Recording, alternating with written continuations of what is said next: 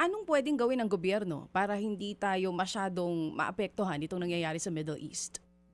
Yes po, maganda pong tanong yan, no?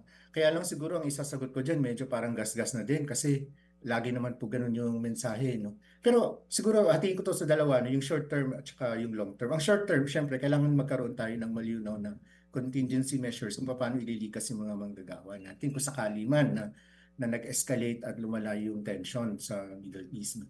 Pangalawa, wala talaga siyang kinalaman sa manggagawa, kundi mas may kinalaman sa ano yung ripple effect na tinatawag natin nga. Halimbawa, tataas yung presyo ng langis.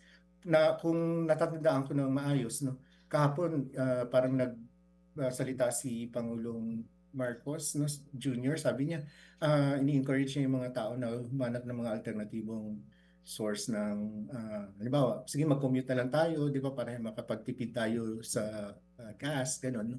So maghanap ang government dapat ng mga alternative sources din ng energy. At yung long term, actually, yung sabi ko nga na medyo gas-gas na, ang government kasi dapat maghanap ng ibang alternatibong economic sources na hindi nakaangkla sa labor migration. Maraming bansa ang once upon a time nagpapadala po ng mga manggagawa overseas. Pero at some point po kasi natapos yun, natapos. Kahit ang Korea, South Korea before nagpapadala rin naman yan. Pero natatapos siya. So tayo dapat matapos din yung pag-asa natin sa ganitong klase ng modality ng ekonomiya. Magtayo po tayo ng sarili nating mga industriya para hindi po tayo umaasa doon sa nagpapadala ka ng mga manggagawa overseas kung saan vulnerable sila dahil yung kanilang future, yung trajectory nila ay umaasa sa kung ano yung lagay ng host country. Mga kapatid, brothers and sisters, saan ka pa? Dito na tayo sa totoo.